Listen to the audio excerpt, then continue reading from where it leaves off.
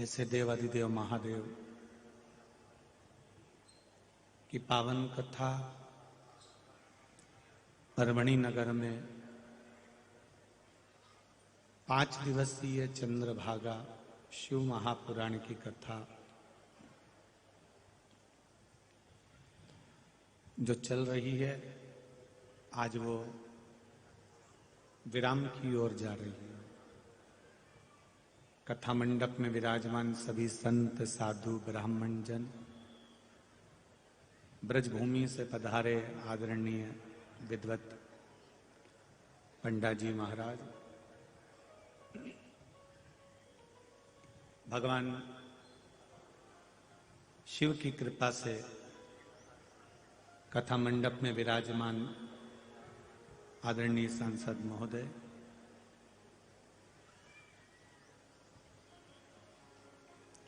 कथा के आयोजक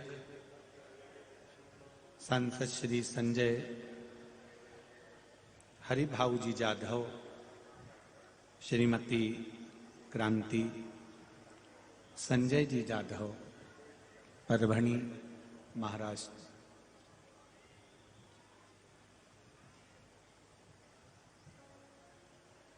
8 दिन की ये सारी तैयारी और उस तैयारी में आप लोगों की उपस्थिति, लाखों लाखों लोगों ने, भक्तों ने इस परभणी नगर में आकर इस कथा का लाभ लिया है। ये शिव कृपा से ही संभव हो सका।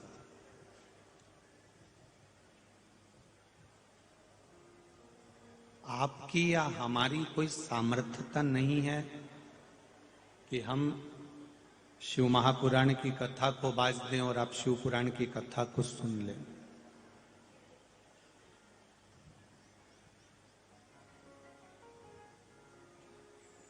करवाने वाला भी शिव है, करने वाला भी शिव है, और जो सुन रहा है वह भी शिव है, कोई दूसरा है ही नहीं। आदरणीय सांसद महोदय संजय हरिभाऊ जी जाधव जी को मैं धन्यवाद देना चाहूंगा। आपकी मित्र मंडली, आपके कार्यकर्ताओं की टीम इतनी प्रबल है जिन्होंने 8 दिन में ये इतिहास रचकर रख दिया।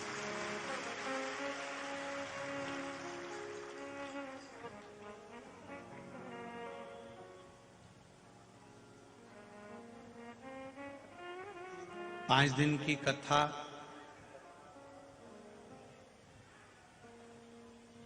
और सालों की तैयारी रहती है, वर्षों की तैयारी रहती है, तब जाकर कोई कार्यक्रम हो पाता है। पर आपकी अविरल भक्ति, आपका भजन, आपका कीर्तन, आपका मंत्र जाप, आपका स्मरण, ये भगवान से मिलन का एक बिंदु है।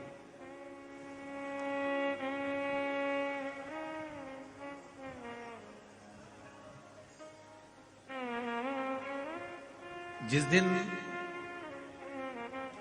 हम संसार के भरोसे ना रहकर भोलेनाथ के भरोसे पर रहना प्रारंभ कर देंगे, उस दिन हमारे घर को, परिवार को, कुटुंब को और हमको चलाने वाला कोई दूसरा नहीं रहेगा, मेरा शंभू ही रहेगा।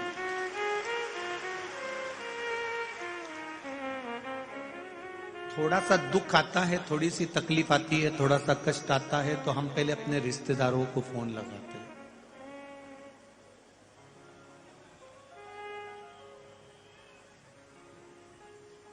थोड़ी सी तकलीफ आई, थोड़ा सा दुख आया, तो हमने अपने रिश्तेदारों को फोन लगाया, हमने अपनों को फोन लगाया, अपने परिवार वालों को फोन लगाया, सबसे जाकर कहा।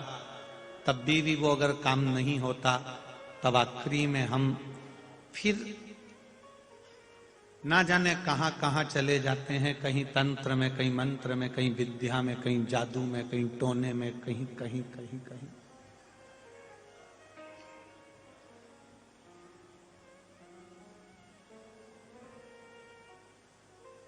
शिव महापुराण की कथा कहती है कि एक बार जो शंकर के पास पहुंच गया, एक बार जो शिव का हो गया, क्योंकि शिव जी को दक्ष प्रजापति का श्राप लगा है कि तुम शमशान में निवास करोगे। अब वो स्वयं मेरा भोलेनाथ तो शमशान में रहता है। अब जो एक बार शिव की शरण में जाकर बैठ जाता है, शंकर के पास जाकर बैठ जाता है, शिव कथा में जाकर बैठ जाता है, तो उसको फिर ये भय नहीं होना चाहिए कि दुनिया के लोगों ने आपको कुछ कर दिया या धर दिया। ना ना ना, आप शिव के हो गए और शिव आपका हो गया। फिर ना तो कोई तंत्र है, ना कोई मंत्र है, ना कोई जादू है, ना कोई टोना है, ना कोई विद्या है। फिर केवल एक है, आपके द्वारा चढ़ाया गया एक लोटा जल सारी समस्या का, इसके सिवा कोई दूसरा साधन ही नहीं है।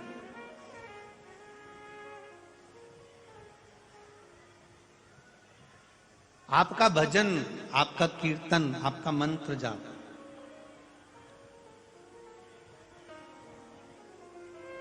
आप सब कुछ परमात्मा को देखकर रखो। आप दूसरे के भरोसे पर जी रहे हो। आज भी तुम भोलेनाथ के भरोसे पर नहीं जी रहे हो। कोई दूसरा तुमको चला रहा है। अब आप कहोगे गुरुजी हमको कोई दूसरा चला नहीं सकता, हम तो अपने आप में जी रहे हैं। अगर आप अपने आप में जीते होते तो किसी ने कुछ बोला, अपशब्द कहा, तो तुम्हें बुरा लगा कि नहीं लगा? बोलो तो जम के लगेगा ना बुरा। मतलब उसने कुछ कहा तो तुम्हें बुरा लगा, मतलब वो तुमको चला रहा। उसने अच्छा बोला, तुमको अच्छा लगा, मतलब वो तुमको चला रहा है। तुम्हारे मन को उसने काबू में कर कर रखा। जब किसी की बात का बुरा ना लगे, कोई तारीफ भी करे तो भी अच्छा ना लगे, बस ये लगे कि मैं पृथ्वी पर आया हूं और मेरा परिवार, मेरा घर, मैं खुद मेरे महादेव का दिया हुआ हूं, तो मेरा महादेव ही अच्छा और बुरा कर सकता है।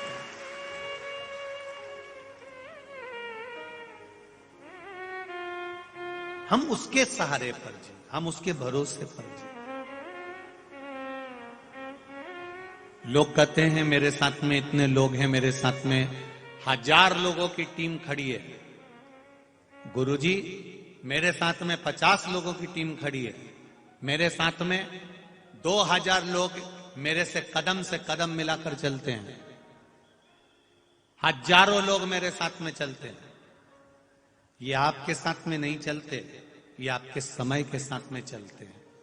आपका समय अच्छा है इसलिए हजारों लोग तुम्हारे साथ में चल रहे हैं, और आपका समय अच्छा नहीं होगा तो कोई तुम्हारे साथ नहीं चलेगा। ये कहना भूल जाओ कि मेरे साथ 1000 लोग चल रहे हैं, 10,000 लोग चल रहे हैं, 50,000 लोग चल रहे हैं, 25,000 लोग चल रहे हैं, ये आपके साथ नहीं चलती, ये आपके समय के साथ चलती। समय जिसका ठीक है उसके साथ दुनिया चलेगी, और जिसका समय बिगड़ गया उसके साथ कोई नहीं चलेगा। समय नहीं बिगड़ना चाहिए। इसीलिए पहले दिन की कथा में कहा था, एक होता है वक्ता और एक होता है वक्त। वक्ता व्यास पीठ पर बैठकर तुम्हें समझा देता है, अगर तुम समझ गए, सुधर गए तो अच्छी बात है। वक्ता से अगर सुधर जाओगे तो फिर वक्त तुम्हें नहीं सुधारेगा, अगर वक्त सुधारेगा तो तुम्हें धाई धाई रुलाकर सुधारेगा। इसलिए वक्ता से सुधर जाओगे तो जिंदगी सार्थक हो सकती। और दुनिया का सबसे श्रेष्ठ वक्ता, दुनिया का सर्वश्रेष्ठ कथाकार,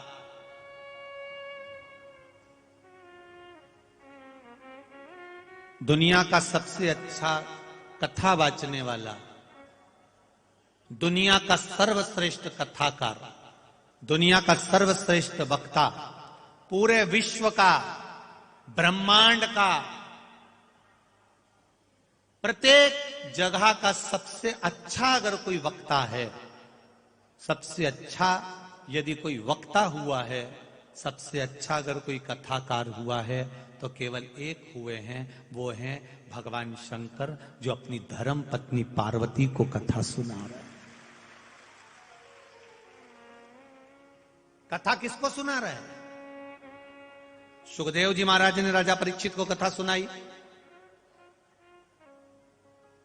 सनकादि ऋषियों ने देव ऋषि नारद को कथा सुनाई, काकभुसुंडी जी और गरुण जी का संवाद हुआ। सारे संवाद हमारे सामने, 88,000 ऋषियों का संवाद हमारे सामने है, सूत जी का संवाद हमारे सामने है। इतने सारे वक्ता तुमने देखे होंगे, इतने सारे कथाकार हमारे शास्त्रों को उठाकर देखिए। सूत जी महाराज का चरित्र आएगा, 88,000 ऋषियों का चरित्र आएगा, सुखदेव जी महाराज का चरित्र आएगा, राजा परीक्षित का चरित्र आएगा, काकभुसुंडी जी का चरित्र आएगा, गरुण जी का चरित्र आएगा। आप जितनों को उठाकर देखेंगे, सबको उठाकर देखिए, पर कोई कथाकार ऐसा मिल जाए जो अपनी धर्म पत्नी को अकेले में बैठकर कथा सुना रहा हो, ऐसा वक्ता दुनिया में नहीं मिल सकता। वो केवल एक देव अधिदेव महादेव है, वो केवल एक शिव हैं, भगवान शंकर। क्योंकि दुनिया के वक्ता दुनिया को सुधारने का काम करते हैं, और मेरा महादेव अपने आप को और अपने परिवार को सुधारने का काम करते हैं। मेरा महादेव, मेरे शिव अपने आप को सुधारने का कार्य करते हैं कि मैं पार्वती को सुधार दूंगा, मैं पार्वती को ज्ञान दे दूंगा। पार्वती को अगर ज्ञान मिल गया, पार्वती अगर सुधर गई, तो इसके गर्भ से जो संतान होगी वो सुधरी हुई होगी। क्योंकि हम सुधरेंगे, जम के बोलो जरा, युग सुधरेगा। हम बदलेंगे, युग बदलेगा। आज का इंसान दूसरे को बदलने में लगा हुआ है, आज का इंसान अपने पड़ोसी को बदलने में लगा हुआ है, आज का इंसान अपने माता पिता को बदलने में लगा हुआ है, आज का इंसान अपनी पत्नी को बदलने में लगा हुआ है, पत्नी पति को बदलने में लगी है, भाई भाई को बदलने में लगा है, प्रत्येक व्यक्ति दूसरे को बदलने में लगा है। पर ऐसा वक्ता दुनिया में नहीं हुआ जो सबसे पहले अपनी पत्नी को सुधार रहा है, अपनी धर्म पत्नी को ज्ञान दे रहा है, अपनी पत्नी को कथा सुना रहा है। क्यों? क्योंकि पत्नी अगर कथा सुनेगी तो गर्भ में जो बच्चा होगा वो कथा को सुनेगा, तो वो ज्ञानी होगा, उसकी जो संतान होगी वो ज्ञानी होगी, उसकी जो संतान होगी वो ज्ञानी होगी। और तुम अंदाजा लगा कर देखिए, भगवान विष्णु के कितने बच्चे हुए, ब्रह्मा जी के कितने बच्चे हुए, इंद्र के कितने बच्चे हुए, जल देव के कितने बच्चे हुए, वरुण देव के कितने बच्चे हुए, गरुण देव के कितने बच्चे हुए, उसका अंदाजा नहीं होगा। पर आज भी अगर किसी के बच्चों को याद किया जाता है तो वो देव अधिदेव महादेव के बच्चों को याद किया जाता है। इनके पुत्र हैं सदानंद कार्तिकेय, इनके पुत्र हैं श्री गणेश जी महाराज। और केवल गणेश जी को याद नहीं करते, गणेश जी के भी पुत्रों को याद किया जाता है, लाभ और क्षेम को, शुभ और लाभ को। क्योंकि जो ज्ञान दिया है गर्भ का, जो पार्वती जी को ज्ञान दिया गया, वो कोई साधारण नहीं हो सकता।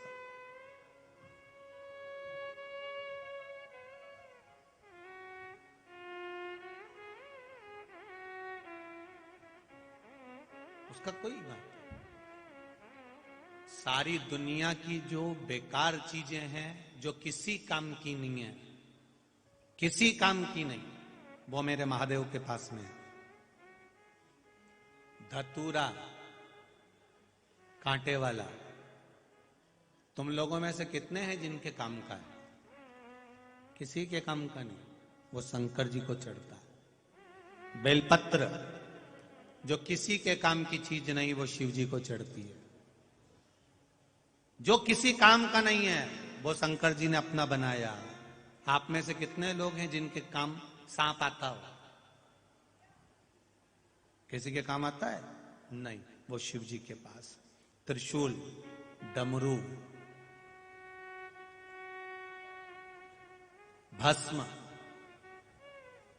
लोग भस्म से बर्तन मांजकर राख हो जाए, राखोड़ी हो जाए, तो उस राखोड़ी से बर्तन मांजकर, भस्म से बर्तन मांजकर राख को फेंक देते हैं, राखोड़ी को फेंक देते हैं। शिव अपने तन पर लगाकर रखते हैं। जो किसी काम की चीज नहीं है, वो मेरे देव अधिदेव महादेव ने उसको अपने पास रखकर कीमती बनाया। मेरे भगवान भोलेनाथ ने जो किसी काम की चीज नहीं होती उसको कीमत वाला मेरे महादेव ने बनाया। धतूरे को कीमत वाला बना दिया, बेलपत्र को कीमत वाला बना दिया, गले में पटक कर सांप को कीमत वाला बना दिया, तन पर लगाकर भस्म को कीमत वाला बना दिया, त्रिशूल को हाथ में रखकर कीमत वाला बना दिया, डमरू को हाथ में रखकर कीमत वाला बना दिया, गंगा को मस्तिष्क पे रखकर कीमत वाला बना दिया। ये मेरे महादेव मृगछाला को पहनकर उसको कीमत वाला बना देते हैं। मेरा शंभू एक हल्की से हल्की चीज को भी किस्मत वाला बना देता है, कीमत वाला बना देता है। हमारे पूरे शरीर पर, पूरे शरीर में, सारी इंद्रियों में सबसे बेकार इंद्री जो किसी काम की नहीं,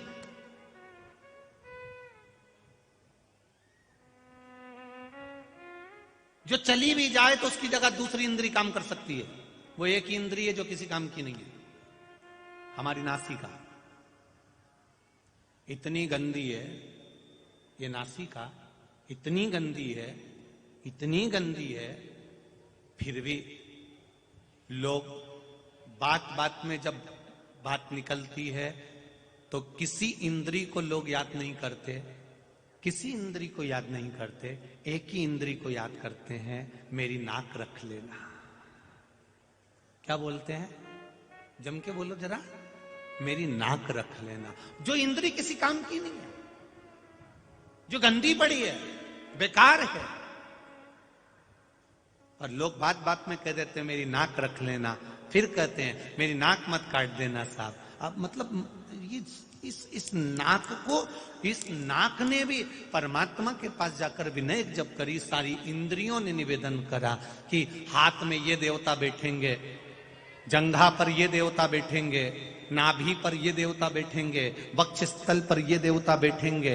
आप अगर शास्त्र को पढ़ेंगे तो आपको मालूम पड़ेगा कौन कौन से अंग में कौन कौन से देवता बैठे हुए हैं। इन अंग में ये देवता बैठेंगे, केवल नासिका के लिए रह गई, इस पे कोई देवता बैठने को तैयार नहीं था।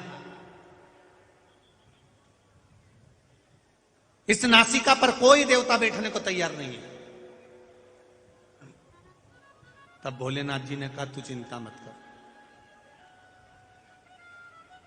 मैं दुनिया में तेरे को इतना कीमत वाला बना दूंगा कि बात बात में किसी अंग को लोग याद नहीं रखेंगे पर तुझे याद रखेंगे।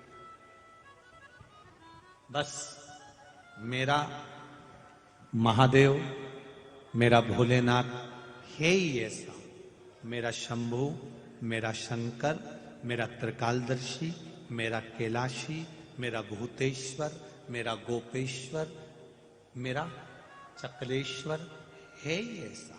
वो यही विचार करता है जो किसी काम का नहीं। हम आपसे भी कहेंगे, लाखों की संख्या में आप लोग कथा सुनने के लिए आए हो, 300 एकड़ में पार्किंग बनाई गई। कितनी एकड़ में? 300 एकड़ में पार्किंग बनाई गई है, पर वो 300 एकड़ की पार्किंग भी आज भरा गई और रोडों पर गाड़ियां खड़ी हुई हैं। जरा विचार करिएगा, इतनी संख्या में आप लोग हैं। पंडाल में तो जगह नहीं है, बाहर भी लोग धूप में, कड़कड़ाती हुई इस धूप में बैठकर कथा सुन रहे हैं, और उसके भी बाहर जो रोड गई है उस रोड पर लोग बाग बीच में बैठकर कथा सुन रहे हैं। जरा विचार करना कि यहां से जो सीधी रोड गई उस पूरी रोड पे पब्लिक बैठी हुई है कथा सुनने की। विचार करिए जरा, ये भक्ति है आपकी। सियोर वाले महाराज ने आपको कुछ नहीं दिया, पर यह भक्ति, विश्वास, दृढ़ता जो आप रखकर आए हो, 3 घंटा बैठकर जो कथा सुन रहे हो कड़कती हुई धूप में, जगह मिली तो ठीक, नहीं मिली तो ठीक, ऐसी कड़क धूप में भी बैठकर, रोड पर बैठकर, होटलों पर बैठकर, जहां जगह मिल रही है गाड़ियों पर बैठकर कथा सुन रहे हो, तुम्हारी ये भक्ति खाली नहीं जाएगी। मेरे बाबा के दरबार से जाओगे तो झोली भरी लेकर जाओगे, ये निश्चित है।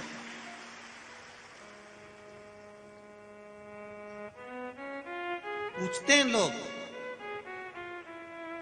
ऐसा क्या है शिवपुराण में? अभी मालेगांव में हो गई, परली बैजनाथ में हो गई, परभणी में हो गई, सोच रहे थे कि थोड़े मालेगांव में हुई है तो थोड़ी यहां पर लोग अब भी हुई है तो कम पहुंचेंगे, पर मालेगांव का भी रिकॉर्ड तोड़ दिया और यहां इतनी संख्या में आप लोग आए। क्या है शिव तत्व में, क्या शंकर की कथा?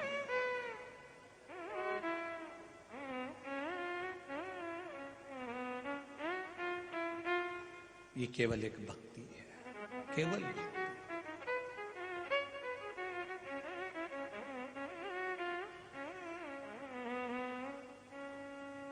और तेरी कृपा बिना न हिले एक भी अनु लेते श्वास, तेरी कृपा से तनो तनो बखान क्या करूं मैं राखोगे ढेर का, चपटी भभूत में खजाना हुएगा। हे गंगाधार मुक्ति द्वार ओमकार तू, भोले ओमकार तू, आयुष्मान की हारी शंभु तार तार तू। ये अविरल विश्वास, दृढ़ता। आप दूसरे के भरोसे पर मत जियो।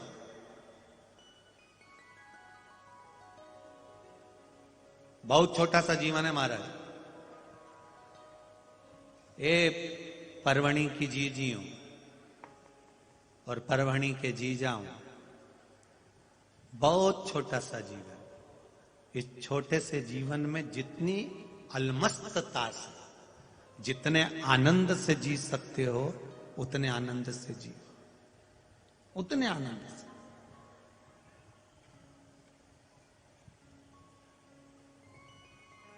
प्रसन्नता में खुश रहकर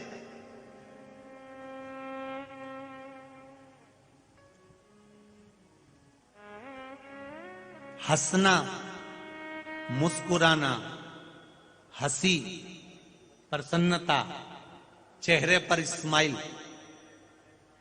परमात्मा ने केवल मनुष्य को दी है, बाकी के किसी को नहीं दी। 84 लाख योनियों में से एक एक योनि को उठाकर देख लेना। तुमने कभी माथे के जुए को हंसते हुए देखा है? अरे बोलो तो जम के नहीं। मछली को, कुत्ता को मुस्कुराते देखा है? सुअर को,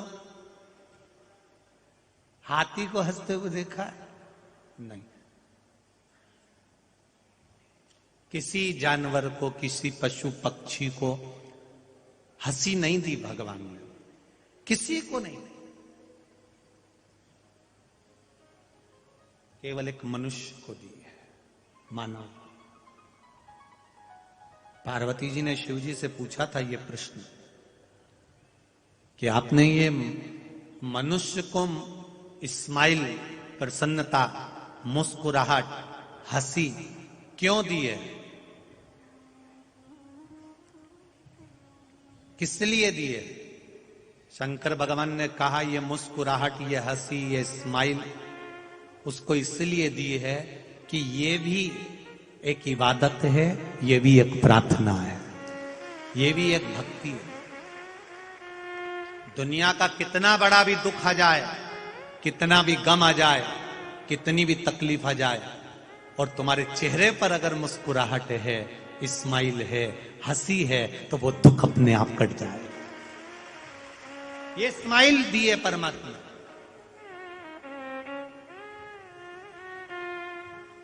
जो हंस रहा है, मुस्कुरा रहा है, स्माइल दे रहा है, जो हंस रहा है, मुस्कुरा रहा है, जिसके चेहरे पर प्रसन्नता है, समझ लेना वो जिंदा है। और जो मुसद्दी लाल जैसा 24 घंटे मुंह उतार के रहता है, उसके चेहरे पर कभी प्रसन्नता ही नहीं आती, हंसता ही नहीं, मुस्कुराता ही नहीं। समझ लेना ये अंदर से मर चुका है, इसलिए इसके मुंह पर स्माइल नहीं है, चेहरे पर प्रसन्नता नहीं है, मर चुका। तुम मर गए, तुम्हें कोई याद नहीं कर रहा, उससे कहीं तरी तरी दो, तरी तरी दो, थोड़ा नमक ला दो, मीठ नमक ला, थोड़ा थोड़ा नमक ला दो, रायता अच्छा बना है, तुम्हें कोई याद नहीं कर रहा, तुम तो गए, तुम ऊपर जाओ, ये नीचे नुक्ती सेव खाएंगे, पूरी सब्जी खाएंगे, और तुम्हारे लिए वो कंडा, गाय का गोबर, सूखा उपला, गोबरी को जला के, घी शक्कर मिला के, गुड़ शक्कर मिला के तुम्हारे फोटो के आगे बस 5 बार छोड़ देंगे, बाकी के सब रायता, सब्जी, नुक्ती, गुलाब जामुन, जलेबी, ये सब खाएंगे, और तू खुशबू लेना घी शक्कर की।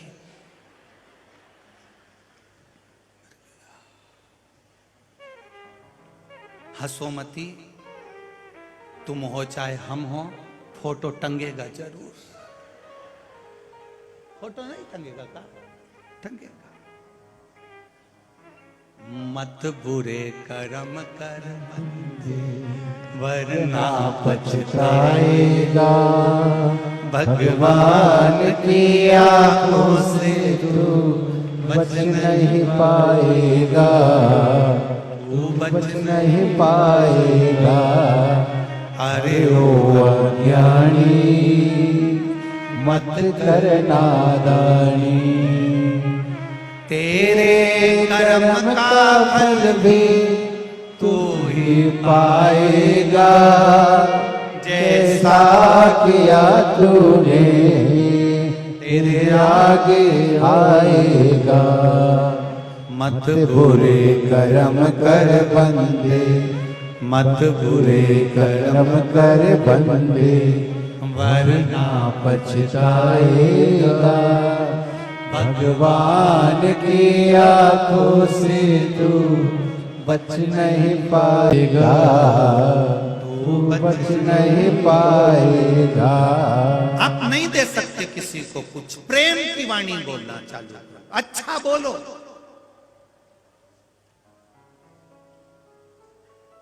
पर लोग उल्टे, ये तुरंत फट से जवाब दे देते हैं, खाया बिना रह जाऊं, पर बोले बिना नहीं रहेंगे। तो इनने पलट के जवाब दे दिया, इंतजार तो करो। शिव को जल चढ़ाने वाले, एक बात याद रखना आप सब, चाहे बेटे हों, बेटियां हों, वृद्ध हों, जवान हों, बच्चे हों, आज एक बात चंद्रभागा शिव पुराण में से रख लेना संभाल कर, शंकर को जल चढ़ाने वाले एक बात याद रखना, तुम पर हंसने वालों का जवाब, तुम पर उंगली उठाने वालों का जवाब, तुमको गाली देने वाले का जवाब, तुमको अपशब्द कहने वालों का जवाब, जितने जल चढ़ाने वाले हो, याद रखना तुम्हारा जवाब तुम्हें नहीं देना, जो तुमको मंदिर तक बुलाता है वो जवाब दे। जो तुम्हें मंदिर तक बुला रहा है, तुम्हें खींचकर मंदिर तक ला रहा है, एक लोटा जल चढ़वा रहा है, वो महादेव सहज नहीं है, सरल नहीं है। देवताओं को अमृत दिया, खुद विष पी गए। पार्वती जी ने कहा तुम ये विष पी रहे हो? शिव जी बोले मेरे देवताओं के कारण पी रहा हूं, इनको अमृत देता हूं मैं, विष में पीता हूं। जवाब देने की जवाबदारी मेरी है, किसी दूसरे की जवाब देने की जवाबदारी नहीं। शंकर के भक्त की जवाबदारी शिव जानता, शंकर देख लेता। करे करने वाला कुछ भी करे, तुम अपना भजन करो, तुम कीर्तन करो। सदानंद कार्तिकेय इस तारकासुर के हृदय में शिव जी बैठे हैं। बाण चलाना, पर तारकासुर के हृदय में बाण ना लगे, क्योंकि उसके हृदय में भगवान बैठा हुआ है। जिसके दिल में परमात्मा बैठा है उसका दिल कभी नहीं दुखाना। अगर दिल दुखा दिया तो फिर तुम कहीं के नहीं रह पाओगे। जिसके भीतर भगवान बैठा हुआ,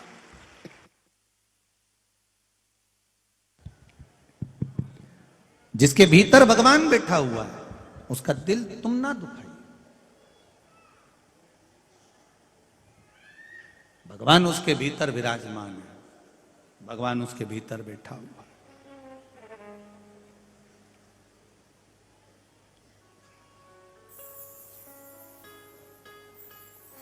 शिव के नजदीक रह रहे हो तो डरना नहीं है।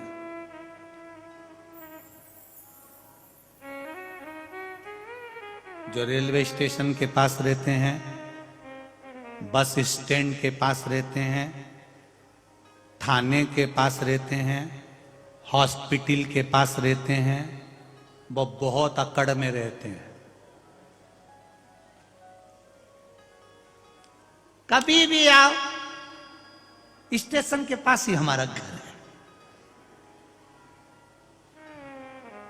जैसे स्टेशन इनके काका जी का है। इतनी अकड़, कभी भी आओ, आधी रात को आओ, बस स्टैंड पे अपना घर है।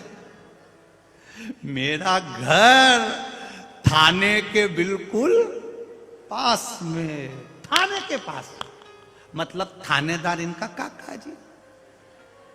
देखा, मेरा घर वो बड़ा जो हॉस्पिटल है ना उसके पास में है, बिल्कुल लगा हुआ। कभी भी आना, आधी रात को भी जरूरत पड़े मुझे याद करना। मेरा घर स्टेशन के पास है, मेरा घर बस स्टैंड के पास है, मेरा घर थाने के पास है। जिसका घर थाने के पास होता है वो अकड़ में रहता है, जिसका घर स्टेशन के पास रहता है वो अकड़ में रहता है, जिसका घर बस स्टैंड के पास रहता है वो अकड़ में रहता है। जब ये स्टेशन के पास वाले इतने अकड़ रहे हैं, थाने के पास वाले इतने अकड़ रहे हैं, मेरा घर थाने के पास है, मेरा घर स्टेशन पर है, मेरा घर हॉस्पिटल के पास है। उसी तरह तुम्हें भी अकड़ में रहना चाहिए। कभी भी आ जा, मेरा मन महादेव के चरणों में रहता है। देखा जाएगा। यमराज तेरी मर्जी हो तब आ, मेरा मन महादेव के चरणों में है। तेरा जब मन हो तब आ। यमराज भी कहेगा रहने दे दादा, क्या हूं। एक बार मन लगाया था राजा श्वेत ने, एक बार राजा श्वेत ने मन लगाया था महादेव के चरणों में, और राजा श्वेत का अंतिम समय था, उठाने आ गए, उसको उठाने आ गए। भगवान महादेव प्रकट हो गए, यमराज को ही मार दिया। सूर्य भगवान रोने लगे, मेरा बेटा मर गया, मेरी पोती मर गई, मृत्यु दे। उठाने क्यों आया? थाने के पास वाले को अकड़ है, स्टेशन के पास वाले को अकड़ है, बस स्टैंड के पास वाले को अकड़ है, हॉस्पिटल के पास वाले को अकड़ है। जो रोड पर रहते हैं उनको अकड़ रहती है।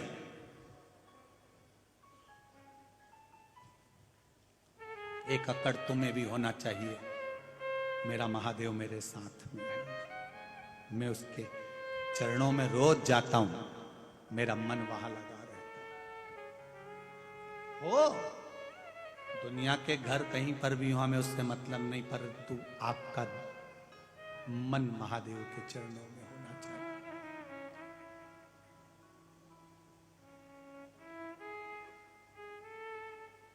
सबकी अभिलाषा रहती है, सबकी इच्छा रहती है।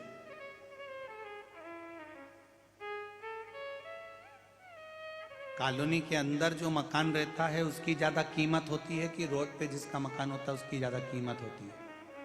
बोलो बोलो रे परवड़ी वाले, है? रोड के मकान की कीमत ज्यादा होती है ना? बोलो तो, तुम लोग तो ऐसे बैठे हो जैसे कि किसी ने कुछ बोल दिया हो। रोड की कीमत ज्यादा है, ठीक है। और रोड पर जमीन है तो उसकी कीमत है, रोड पर मकान है तो उसकी कीमत है, रोड पर दुकान है तो उसकी कीमत है, पर रोड पर इंसान है तो उसकी कोई कीमत नहीं है।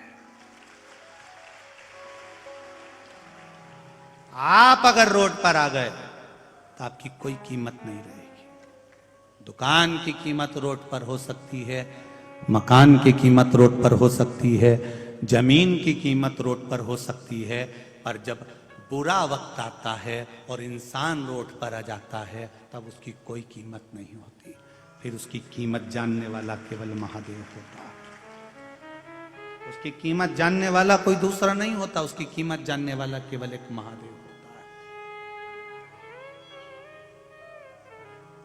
केवल महादेव।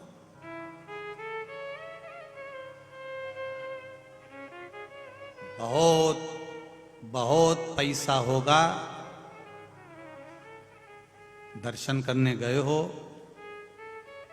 वेंकटेश भगवान के, तिरुपति भगवान के कोई विशेष मंदिर में, 500 रुपए का टिकट कटवा लोगे तो जल्दी दर्शन हो जाएगा। 1000 रुपए का टिकट ले लोगे तो जल्दी दर्शन हो जाएगा। पर जो साधारण है, सहज, उसके पास में इतना धन नहीं कि 500 का टिकट कटवा सके, वो तिरुपति तक चला गया, रेल का टिकट कटवाकर पहुंच गया, उसके बाद में उसके पास 500 और 1000 रुपए टिकट कटवाने के भले ना हो। दुनिया के लोग 500 का टिकट कटवाकर मंदिर के अंदर दर्शन करने जाते हैं, 1000 का टिकट कटवाकर मंदिर के अंदर दर्शन करने जाते हैं। पर जिनके पास टिकट का भी पैसा नहीं होता उसको मंदिर के अंदर जाने की जरूरत नहीं पड़ती, वेंकटेश भगवान मंदिर के बाहर आ जाते हैं।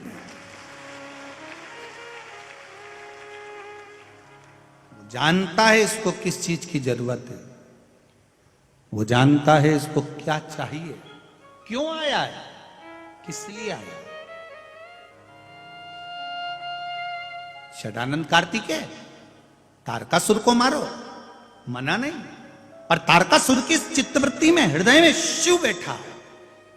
जिसके दिल में शंकर समाया हो, जिसके हृदय में शंकर समाया हो, जिसके रोम रोम में शंकर समाया हो।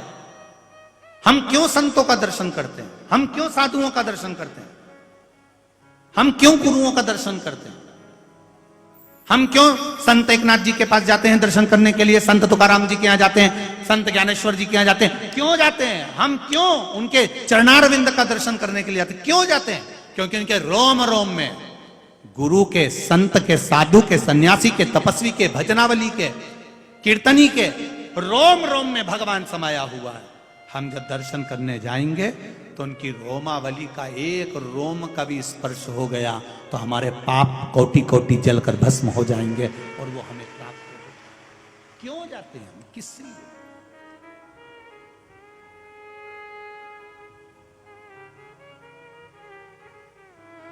शंभो शरणे बड़ी मांगू घड़ी रे घड़ी, दुख काटो दया करी न दर्शन आपो, दया करी न दर्शन आपो।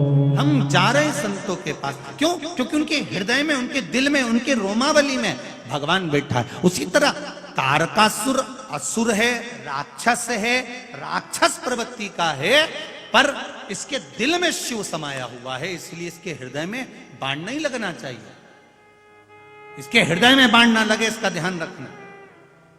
कोई शंकर का उपासक हो, शिव का भक्त हो, शंकर की आराधना करने वाला हो, शिव पर एक लोटा जल चढ़ाने वाला हो, शंकर की भक्ति में अलमस्त होकर डूबा हुआ हो, उसका दिल कभी मत दुखाना, कभी मत दुखाओ, नहीं तो रोना तुमको पड़ेगा। क्यों दुखाना?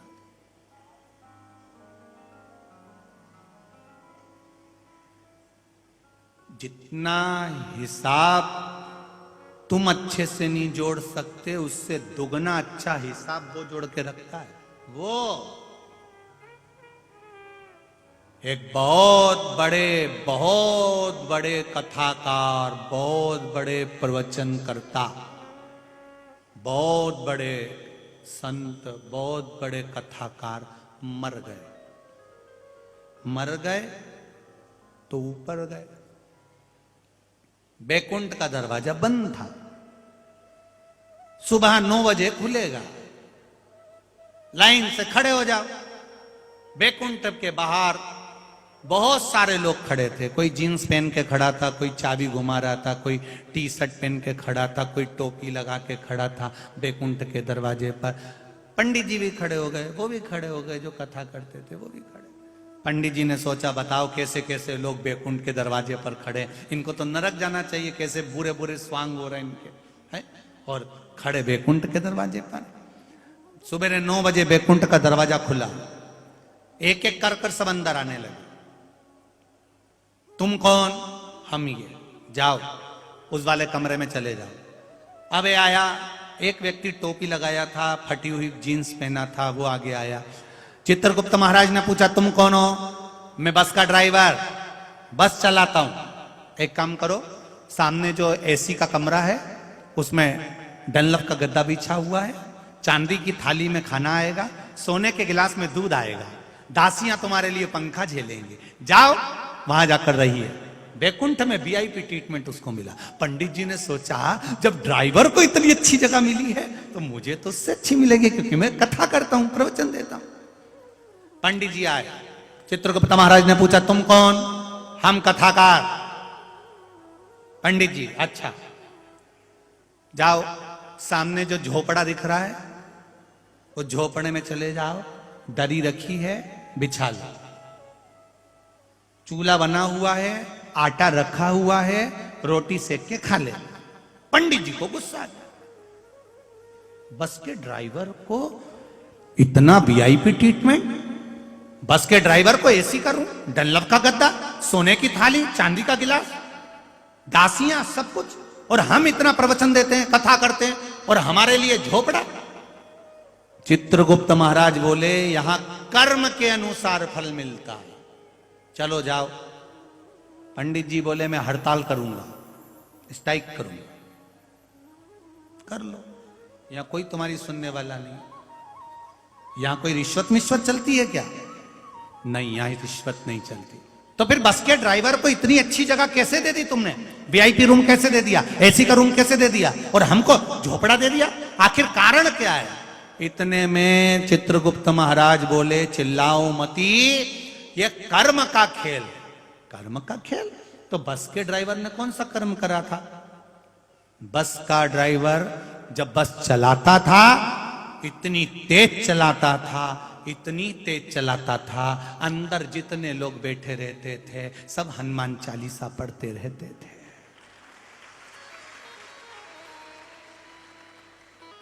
सब हनुमान चालीसा। एक को भी नींद नहीं आती थी, दच के इत्ते कुदाता था, सबके मुंह से हे राम, भगवान, विठ्ठल, पांडुरंगा, बचा लेना, जय हनुमान ज्ञान गुण सागर, जय कपीस तिम लोक, राम दूत अतुलित बल धामा, अंजनी पुत्र पवन सुत नाम, महावीर विक्रम बजरंगी कुमति निवास सुमत के। सबको डर लगता, सब हनुमान चालीसा पढ़ते हैं। ये बस का ड्राइवर बस चलाता था, इतनी तेज चलाता था, सबको डर लगता, सब हनुमान चालीसा पढ़ते, राम नाम कृष्ण नाम जपते, विठ्ठल नाथ जपते, भगवान को याद करते। तुम कथा करते थे, सब दीवार से टिक टिक के सोते। इसलिए उनको वीआईपी रूम है, तुमको झोपड़ा है। अब परभणी की जीजियों, तुम हमारा ध्यान रखना। तुम्हारी पड़ोसन कोई सोती हुई दिख जाए तो कोनी मार के उठा देना, बेचारा झोपड़ा में चले जाएगा रे सियोर वाला। के नहीं, सियोर वाला झोपड़ा में चले जाएगा, समझाए तेरे को तो उठी चल।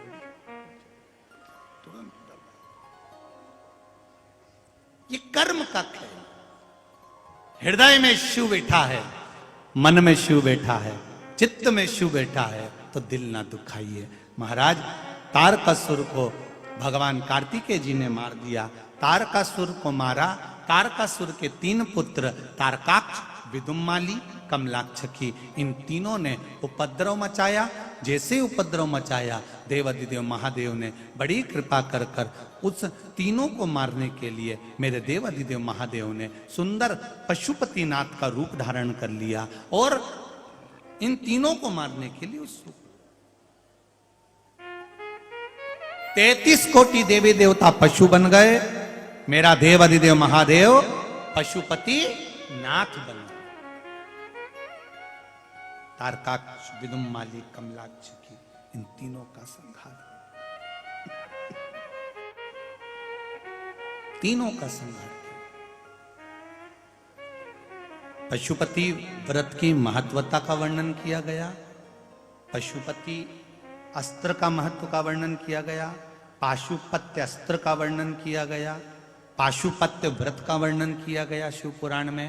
पशुपति व्रत 5 सोमवार का होता है। कितने सोमवार? 5 सोमवार। 5 सोमवार का व्रत होता है। पहले सोमवार को जब व्रत करते हैं, दूसरे सोमवार को व्रत करो, चाहे 5वें सोमवार को व्रत करो, व्रत का विधान एक जैसा ही है। सुबह पूजन की थाली लेकर जाओ, जल, पंचामृत, जो भी आप भगवान को चढ़ा सकते हैं, स्नान आदि कराने के हिसाब से सामग्री ले जाओ, शिव जी का पूजन करो। थाली को वैसी की वैसी लाके रख दो, उसमें अलग से रात्रि में सामान कोई डालने की जरूरत नहीं है। जल वगैरह थोड़ा थोड़ा भले रख लो, जो सुबह भी काम आ जाए, शाम को भी काम आ जाए। शाम के समय जब मंदिर में जाओ, कितने दिए लेकर जाना है? 6 दिए लेकर जाना है। प्रसाद एक हिस्सा लेकर जाओ, एक साथ प्रसाद ले जाइए। मंदिर में पहुंचकर 6 दियों को जमीन पर रख दीजिए, प्रसाद के 3 हिस्से कर दीजिए, 5 दियों को जला दीजिए, प्रकट कर दीजिए। एक दिया जो सामने रखा है उसको जलाना नहीं है। दिए 6 की 6 ही दिए जमीन पे रखना जरूरी है।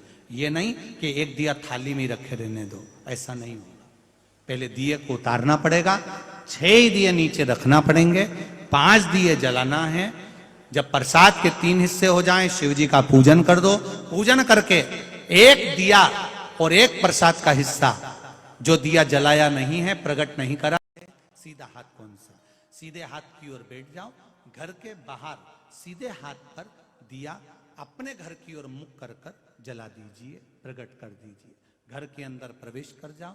प्रसाद का जो एक हिस्सा लेकर आए हो, वो प्रसाद भोजन करते समय सबसे पहले वो प्रसाद तुम्हें खाना है, अपने हिस्से में से किसी को नहीं देना। प्रसाद खा लो, फिर भोजन कर लो। ऐसे 5 व्रत किए जाते हैं। 5वां जब व्रत रहे, एक श्रीफल 11 रुपए जो तुम भगवान को दे सकते हो वो रखो, और 108 कोई भी सामग्री, चाहे तिल्ली हो, चावल हो, फूल हो, बेलपत्री हो, पंखड़ी हो, जो भी तुम भगवान को 108 सामग्री दे सकते हो, वो भगवान को समर्पित करो। जैसा रोज पूजन करते हो वैसा करो। श्रीफल 11 रुपए रखकर 5वां व्रत बाबा से कह दो, आज मेरा 5वां व्रत पूर्ण हुआ है। घर आओ, दिया लगाओ, वापिस भोजन प्रसाद ग्रहण करने से पहले प्रसाद को पालो। ऐसा पशुपति व्रत होता है। बीच में कोई अड़चन आ जाती है तो व्रत को छोड़ दिया जाता है। 30 त्योहार पड़ गया, तीज का व्रत, चतुर्थी का व्रत, एकादशी का व्रत अगर आप करते आए हो, कोई व्रत पड़ गया तो फिर पशुपति व्रत को छोड़ दो, उस व्रत को पहले कर लो, इस व्रत को आगे कर लेना। पर नियम से होते 5 ही हैं, एक ही मंदिर में होते हैं। जिस मंदिर में पहला व्रत करोगे उसी में 5 व्रत करना पड़ेंगे। ऐसा नहीं कि मायके में 3 कर लिए, ससुराल में 2 कर लिए। जिस मंदिर में पहला करा उसी में 5। ये पशुपति व्रत है। अब आज के लोगों शिव महापुराण की कथा सुन सुनकर पशुपति व्रत बताते तो हैं, पर उस व्रत के कई लोगों ने नियम ही चेंज कर दिए, तो लोगों को उसका कोई लाभ नहीं मिल पाता। फिर वो सोचते हैं कि हमने करा तो सही, उसका फल नहीं मिल पाया। हम आपसे निवेदन करेंगे, व्रत का विधान सही करो। मेरा महादेव सुनता जरूर है, खाली नहीं छोड़ेगा, भरेगा, देगा। आगे वर्णन आया, 12 ज्योतिर्लिंग का स्मरण कराया। भगवान तुमरुका जी ने चंचुला देवी से कहा, चंद्रदेव को काया का रोग हुआ। भगवान चंद्रदेव ने शिव जी की स्तुति करी। भगवान शंकर ने आकर दर्शन दिया, सोमनाथ जी के रूप में विराजमान हुए। अगला वर्णन आता है, श्री मल्लिकार्जुन भगवान कार्तिकेय रुष्ट होकर गए, भगवान शिव ने उनको मनाया, मल्लिकार्जुन के रूप में विराजमान हुए। अगला वर्णन आया है, श्री महाकाल दूषण नाम के राक्षस का संहार करने के लिए भगवान महाकाल प्रकट हुए, 84 रूप धारण करे उन्होंने। उज्जैनी में महाकाल बाबा की नगरी में 4 अप्रैल से 10 अप्रैल तक विशाल शिव महापुराण की कथा है। आप भी मां छिपरा में स्नान करो, 84 महादेव का दर्शन करो और महाकाल का दर्शन करो। आराम से 4 अप्रैल से 10 अप्रैल तक कथा में अवश्य पधारें। हाँ, 16 फरवरी से 22 फरवरी तक सीहोर कुबेरेश्वर धाम पर कंकर शंकर की भूमि पर रुद्राक्ष महोत्सव है। आप सब आमंत्रित हो। 16 से 22 तारीख तक रुद्राक्ष वितरण का कार्य किया जाएगा, जो कुबेरेश्वर धाम का। इस बार तो रुद्राक्ष लोगों को बीच बीच में भी देते रहे, पर आने वाले समय में मंदिर का मुहूर्त भी रहेगा तो समय नहीं मिल पाएगा, इसलिए 16 से 22 के बीच में जिसको मिल गया मिल गया। तो आप सब आमंत्रित हैं। 7 दिन बाबा के धाम में, कुबेरेश्वर धाम में रहकर कंकर शंकर की भूमि पर अपना आसन लगाकर कुबेरेश्वर बाबा की वो कंकर शंकर की भूमि को नमन करते हुए दिल से बाबा से प्रार्थना करो, बाबा आपके हृदय की कामना पूर्ण करे। सब लोग पधार कर 16 फरवरी से 22 फरवरी तक सीहोर कुबेरेश्वर धाम में आकर कथा का लाभ लें और रुद्राक्ष महोत्सव का आनंद लें। अगला वर्णन है महाकाल का। दूषण नाम के राक्षस का भगवान काल बनकर आए और संहार किया। फिर अगला वर्णन आया ओंकारेश्वर। बिंद नामक पर्वत पर भगवान शिव की आराधना बिंद ने करी तो भगवान शिव ने दर्शन दिया। अगला वर्णन आया है केदारनाथ। नर नारायण ने तप कर कर भगवान शिव को पाया। फिर भीमाशंकर, करकटी के पुत्र भीम का भगवान ने संहार करा, भीमाशंकर के रूप में विराजमान हुए। अगला वर्णन है काशी विश्वनाथ। मनु शत्रुपा ने तप कर कर भगवान को स्वीकार करा। त्र्यंबकेश्वर, गौतम बाबा पर गौ हत्या का दोष लगा, बाबा ने उस दोष से मुक्त किया। वैद्यनाथ, बाबा रावण लेकर जा रहे थे, लघु शंका लगने पर भूमि पर शिवलिंग को रखा, बाबा वैद्यनाथ जी के रूप में विराजमान हुए। नागेश्वर, भगवान दारुक नाम के राक्षस का संहार करे। फिर आया रामेश्वरम। भगवान राम ने शिव जी की स्थापना करी है। 23 जनवरी से 29 जनवरी तक पावागढ़ के पास में जो शिव महापुराण की कथा है वो श्री राम शिव महापुराण की कथा होगी। कंजली हालोल, पावागढ़ से 3 किलोमीटर की दूरी। माता रानी का दर्शन करने आप भी पधारें और कंजली की कथा का आनंद लें। श्री राम शिव पुराण कथा अवश्य सुन। कथा का समय रहेगा दोपहर 2 बजे से 5 बजे तक। आस्था चैनल पर भी वही समय रहेगा। अगला वर्णन आया है कृष्णेश्वर। सुधर्म नाम के ब्राह्मण की धर्मपत्नी घूष्मा के पुत्र को भगवान ने जीवित करा, भगवान कृष्णेश्वर के रूप में विराजमान हुए। ऐसा 12 ज्योतिर्लिंग का चरित्र तुमरुका जी ने चंचुला देवी को श्रवण कराया। भगवान शिव ने अपने मस्तक की बेलपत्र पोथी पर समर्पित करी है। तुमरुका जी ने कहा, इस पावन शिव महापुराण की कथा को जो सुनता है वो संपूर्ण सिद्धियां प्राप्त करता है। ऐसी पावन शिव महापुराण की कथा आनंद के साथ परभणी की इस पावन धरा पर हो रही थी। 5 दिन इस कथा के सुंदर आनंद में आदरणीय सांसद महोदय संजय बाबू साहब ने बहुत आनंद के साथ इस पावन कथा का रसतत्व ग्रहण करवाया। खूब आनंद के साथ ये कथा आज विराम की ओर ले रही है।